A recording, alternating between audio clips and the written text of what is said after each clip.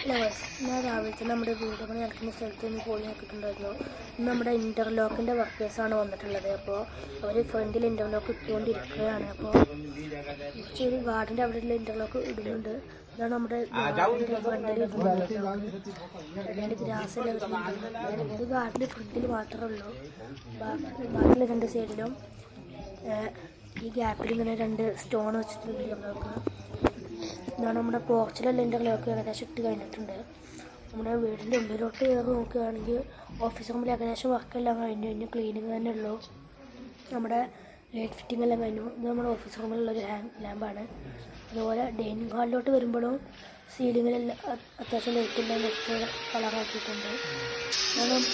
പിന്നെ ചെറിയൊരു രണ്ട് ഹാങ്ങിങ് ലാമ്പ് ഇവിടെ നൽകിയിട്ടുണ്ട്. ഇവിടെയാണ് നമ്മുടെ വാഷ് ബേസ് വരുന്നത്. പിന്നെ ഇവിടെ ചെറിയ കബോർഡ് വെച്ചിട്ടുണ്ട്. ഇവിടെയാണ് നമ്മുടെ സ്റ്റെപ്പ് വരുന്നത്. ഒരു വുഡിൻ്റെ സ്റ്റെപ്പാണ്. നമ്മുടെ വീടിൻ്റെ ഏറ്റവും മുകളിലെ സീലിംഗ് വരുന്ന ഒരു ഹാങ്ങിങ് ലാമ്പാണ്. അത്യാവശ്യം നല്ല വലുപ്പമുള്ളൊരു ഹാങ്ങിങ് ലാമ്പാണ്. ഇവിടുന്ന് പുറത്തോട്ട് നോക്കുമ്പോഴുള്ള നമ്മുടെ ഗാർഡൻ്റെ മുമ്പിലുള്ള ഇൻ്റർലോക്കിൻ്റെ ഒരു വ്യൂ ഇതാണ്. അത്യാവശ്യം നല്ല ഭംഗിയുണ്ട്. ഈ ഗ്രാസ് കൂടി വന്നാൽ നല്ല